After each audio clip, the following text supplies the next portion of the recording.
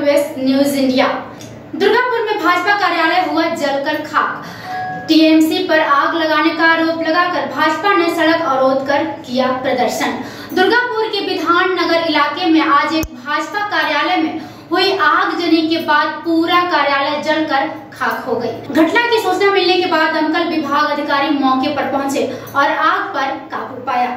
इस आगजनी की घटना को लेकर भाजपा की ओर से टीएमसी पर आरोप लगाया जा रहा है। घटना के बाद भाजपा कर्मियों ने सड़क अवरोध कर इस घटना का प्रतिवाद किया।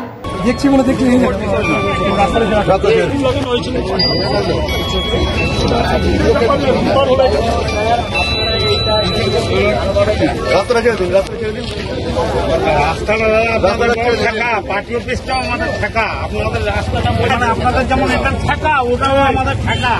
পার্টি অফিস থেকে ওরকম দিলে একবার না দুবার চালিয়ে দিল।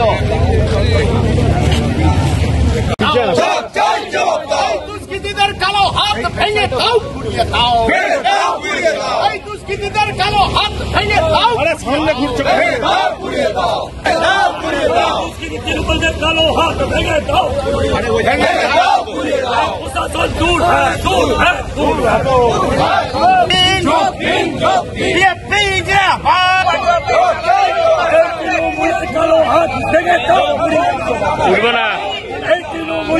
আপনারা জানেন আজ সকালবেলায় দুপুরবেলায় ভারতীয় জনতা পার্টির 27 নম্বর ওয়ার্ডে এই সামনে একটা কার্যালয় ছিল, সেই কার্যালয়ে অগ্নিসংযোগ করা হয়েছে।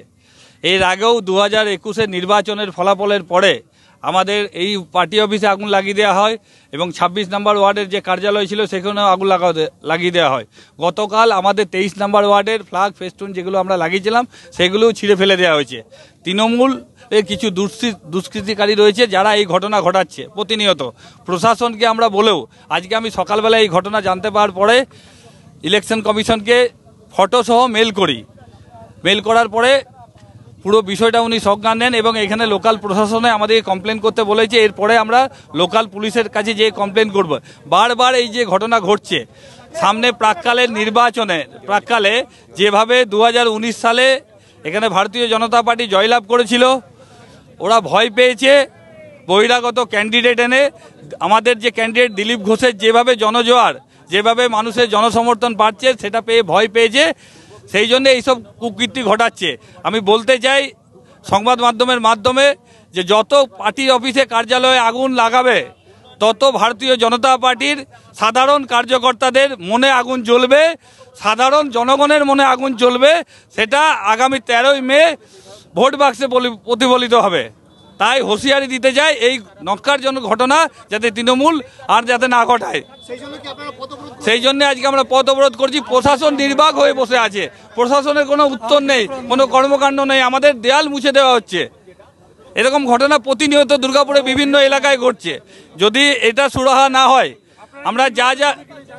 আমরা জানি যে ইলেকশন কমিশনকে মেল করেছিলাম, তাছাড়াও আজকে থানায় আমরা ডায়েরি করেছি, বিভিন্ন জায়গায় আমাদের কমপ্লেন করা হয়েছে। জ্বলছে এগুলো সব, এই রাস্তায় এগুলো সব জ্বলছে, জঙ্গলে জ্বলছে,